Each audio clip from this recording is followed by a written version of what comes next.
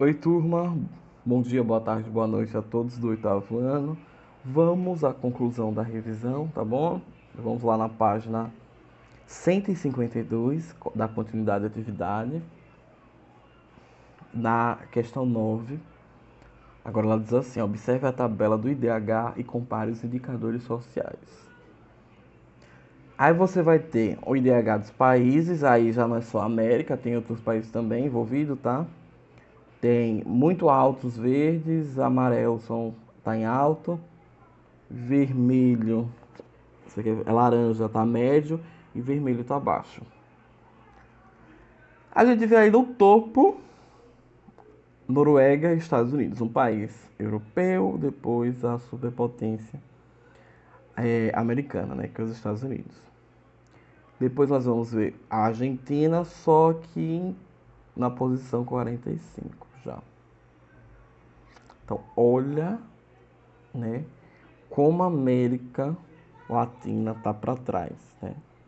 Depois vem Uruguai, Cuba, México, o Brasil lá na posição 84, tá? E aí China e República do Congo, que já é um dos piores aí, tá bom? IDH eu falei para vocês na aula anterior, tá? Noruega tem bom IDH, Estados Unidos tem bom IDH, estão entre os 4 primeiros, tá? Noruega, economicamente, não é mais importante que os Estados Unidos. Isso é um fato, tá bom? Mas o IDH não está preocupado com a questão econômica, apesar que a questão econômica é extremamente importante. Eu estou falando sobre qualidade de vida das pessoas. Aí do lado você tem a expectativa de vida, né? Média de anos estudados, a renda per capita. O que é a expectativa de vida? O que isso significa? A idade média que os noruegueses ou qualquer população vive. A média de estudos, 12 anos estudando. Se a gente for contar a nossa média de estudo, vamos ter uma ideia aqui. Vocês são obrigados a entrar na escola a partir do primeiro ano, né? Até primeiro ano, segundo ano, terceiro ano, quarto ano, quinto ano, sexto ano, sétimo ano, oitavo ano. Turma de vocês, ainda falta o nono, a primeira, a segunda e a terceira série, tá bom? São 12 anos de estudo que o brasileiro tem em média. Isso não significa que todo brasileiro estudou 12 anos, tá? Porque tem ainda as questões do processo de supletivo, tem as pessoas que abandonam a escola, mas a média de estudo é 12 anos. Deveria ser 12 anos, tá? Aquelas séries iniciais da educação infantil não conta, tá bom? Conta a partir do primeiro ano. Então vocês já estão aí no oitavo ano, faltam alguns para vocês saírem da escola. E completem a média, por favor. Então lá é 12,6 anos. Aí isso aí você também pode incluir. É média, viu, gente? Não é o real. Você pode incluir alguns anos de faculdade, alguns anos de especialização e por aí vai.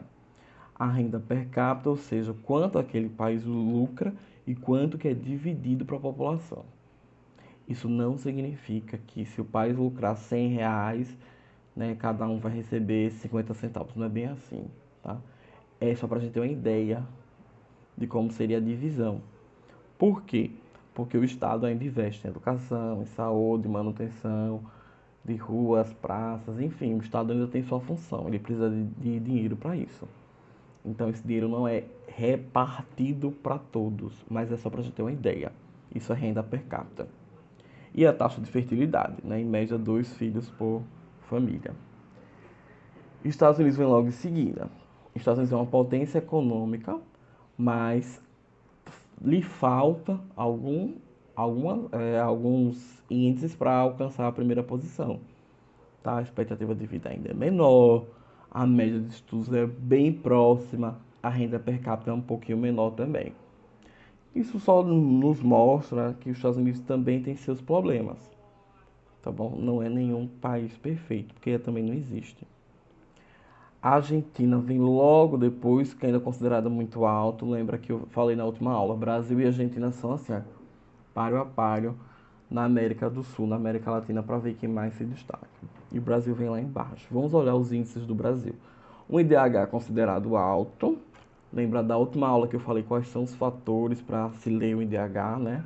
Que é levado em consideração. A expectativa de vida é 73 anos, né? Comparado à Noruega, são 8 anos de diferença aí.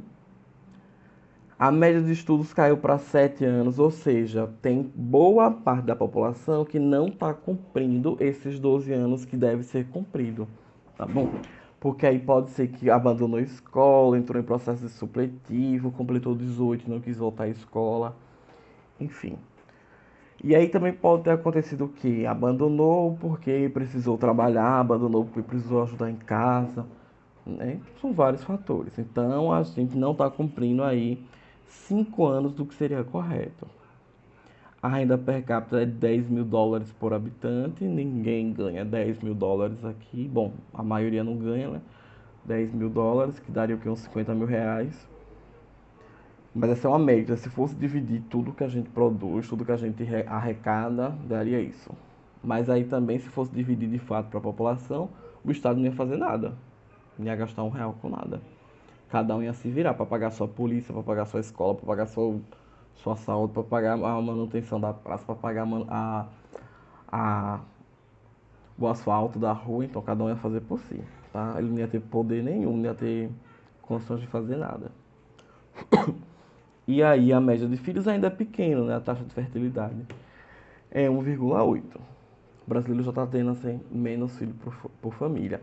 Professor, mas minha vizinha tem 10 filhos. Bom, sua vizinha é uma exceção, tá bom? Então vamos seguindo aí, depois de ter feito essa análise do quadro, né, da tabela, vamos aí para a letra A. Qual país apresenta a maior taxa de expectativa de vida? Pô, a Noruega, né, está lá em cima no topo com 81 anos. Letra B. Dos países latino-americanos, quais apresentam as melhores taxas de longevidade, ou seja, de expectativa de vida? Aí vem latino-americanos, né? Vamos olhar.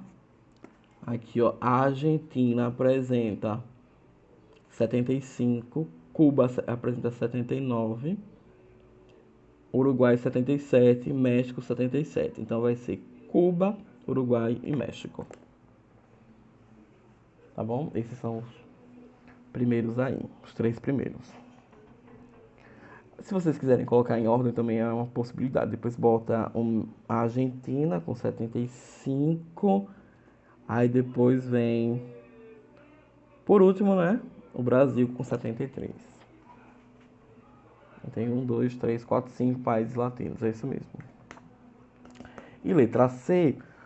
Qual país obteve a melhor classificação no IDH em 2014, de acordo com a tabela? Qual foi o melhor IDH em Noruega, né? 0,943. Aí tem dizendo que o Brasil está 0,718, mas ele caminha. Isso é em 2011, né? Ele caminha aí por 0,777. 0,777.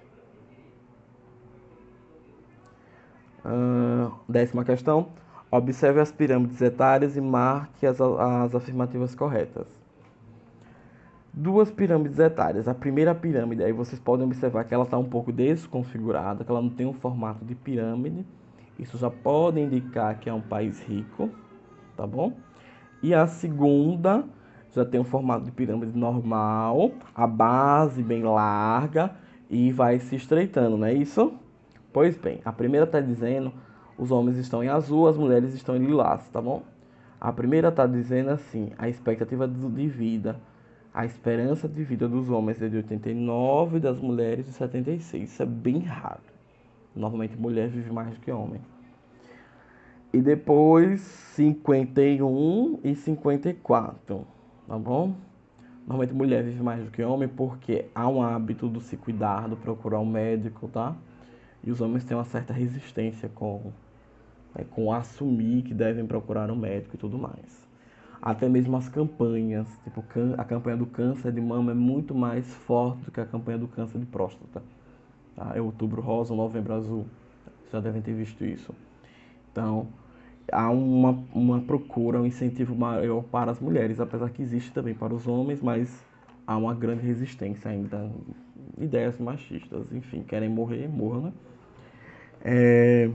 Brincadeira. Se cuidem. Então, a letra A diz assim: a pirâmide etária do número 1 tem base estreita, fato que indica a baixa natalidade. Ela representa os países desenvolvidos. Pirâmide 1, sim. Pirâmide 2, não. Pirâmide 1, sim. Então, pode marcar o X na letra A. A pirâmide etária 2, representativa dos países subdesenvolvidos, tem base larga, indicando o elevado número de jovens. Ok, também marca a letra B, tá certa.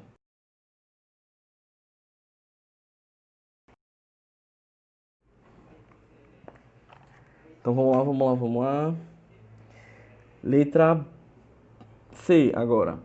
O cume da pirâmide etária de número 1 é mais largo e evidencia, grande proporção de idosos e elevada esperança de vida.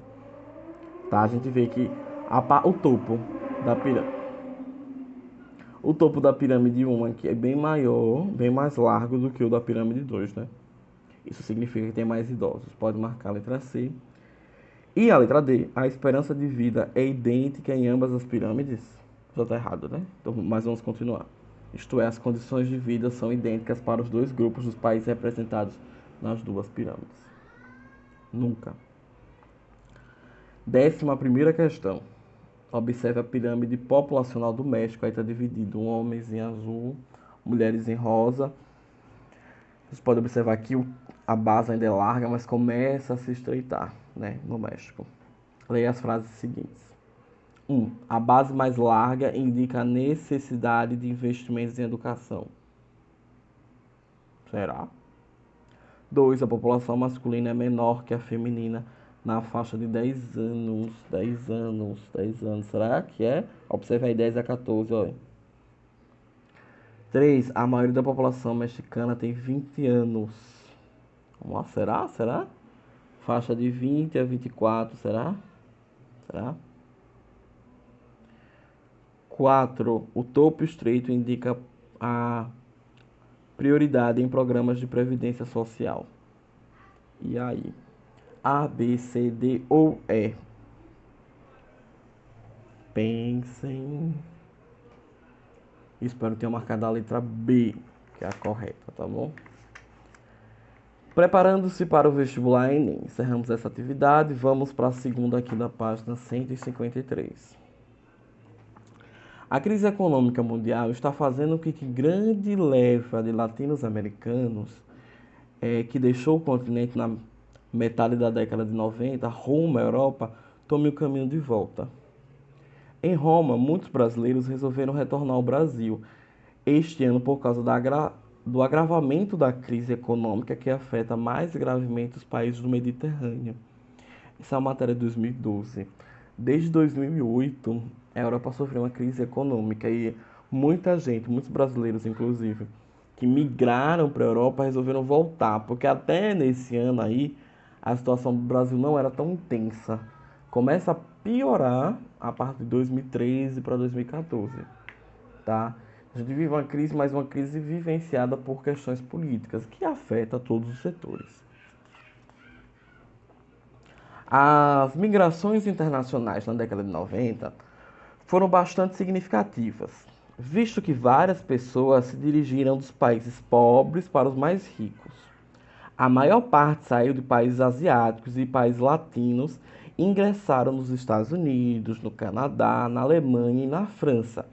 Nos últimos anos, no entanto, a grande crise econômica nessas regiões redirecionou parte desse fluxo para uso a economias emergentes menos atingidas pela crise e também com menores restrições à entrada de imigrantes, como o país dos BRICS. Letra B. Leste europeu, já bastante adaptado às modificações impostas pelo capitalismo no início da década de 90. Letra C. Locais de economia socialista, onde ainda existe uma grande garantia de saúde e alimentação por parte do Estado. Letra D. Zonas atingidas, zonas de antigas instabilidades geopolíticas, como o Oriente Médio, uma vez que essas regiões se tornaram grandes polos econômicos. Ou letra E. Países vizinhos a essas grandes economias, prevendo uma futura melhora da economia desses países. Vale ressaltar que a crise atingiu a Europa e atingiu fortemente os países do Mediterrâneo, que sejam que estão próximos ao mar Mediterrâneo. Então não fazia sentido nenhum a letra E, as pessoas migrarem para países próximos, porque a Europa toda estava em crise. Zonas de antigas instabilidades do Oriente Médio, não, minha gente, pode ter certeza que não. Não existe exatamente uma estabilidade econômica. O Oriente Médio vem crescendo, mas a condição da população vem piorando, porque ele está em constante guerra civil. Locais de economia socialista, poderíamos dizer Cuba, mas também não foi o foco dessa migração. Leste europeu sempre foi a parte mais pobre da Europa, também não é de interesse. Sobra a letra A, as economias emergentes, ou seja, no nosso caso, Brasil, Argentina e México. Segunda questão vai dizer assim: o Brasil tem recebido um elevado número de imigrantes haitianos desde 2010, isso, que entraram no Brasil pelo Acre e acabam chegando à cidade de São Paulo. Sobre esse fluxo migrante, podemos concluir que o que foi que levou as pessoas a virem do Haiti para o Brasil? Entrando pela região norte, pelo Acre, que está mais próximo ao Haiti, e depois indo para cidades importantes como São Paulo. Fluxos econômicos, né? Letra A. A destruição de parte do Haiti é observada principalmente em Porto Príncipe, a capital, devido ao intenso terremoto ocorrido em 2010. Permitiu grande ajuda internacional que incluiu o estímulo de imigração. Foi isso que aconteceu no Haiti. Agora, se é essa a resposta correta, vamos descobrir. O Brasil é o país com maior comércio externo com o Haiti, com protocolos de troca de mão de obra entre os países. Completamente irreal a letra B. Letra C. A crise econômica que assola o Haiti gera uma elevada taxa de imigração, apoiada pelo programa MINUSTAH do NAFTA. Não. As forças de ocupação lideradas pelos Estados Unidos exercem forte ação repressiva sobre a população, que tem emigrado em massa. Não, também. O crescimento econômico do Brasil é um fator favorável à entrada de um grande número desses haitianos, atraídos pela possibilidade de melhores empregos e salários. Gente, ficaríamos aí entre a letra A e a letra E, tá bom? A letra A começa certinha, realmente o país foi destruído num terremoto em 2010, mas não existiu exatamente uma grande ajuda internacional que favorecesse a migração para o Brasil. Eles nunca foram parceiros, até porque o Haiti não tem uma economia que se destaca, já era um país pobre. Depois do terremoto a situação piorou bastante, então o que atrai as pessoas é o crescimento econômico do Brasil. Por incrível que pareça, a gente acha que está andando para trás, até está nesse momento, tá? Mas anteriormente a economia do Brasil, né, ela estava num nível elevado. Isso atraía os olhos das pessoas em volta. Por mais dos problemas que existam aqui, mas tinha-se interesse de vir morar no Brasil. E a última questão, o gráfico abaixo está representando o A, ó, leste, Pacífico Asiático, 2000, 2008, Europa, América Latina e Caribe, Oriente Médio, Norte da África, Sul da Ásia e a África Subsaariana. É uma taxa que na África Subsaariana se destaca muito. O que é que é? Analfabetismo, fertilidade, DH, envelhecimento, concentração de renda. Nesse caso aí, vai ser uma taxa de fertilidade, tá bom? Senhores, até nosso próximo encontro. Daqui a pouco a gente se encontra de novo para a gente entrar no capítulo 11 e falar sobre as atividades primárias da América. Já pode ler esse capítulo para dar uma adiantada, tá bom? Lembre o que é atividade primária, o que é atividade secundária, o que é atividade terciária. Esse assunto do sexto ano. Mas dê uma relembrada aí, já pode dar uma olhada nesse capítulo, que daqui a pouco a gente volta na nossa próxima aula. Até lá. Tchau. tchau, tchau para vocês.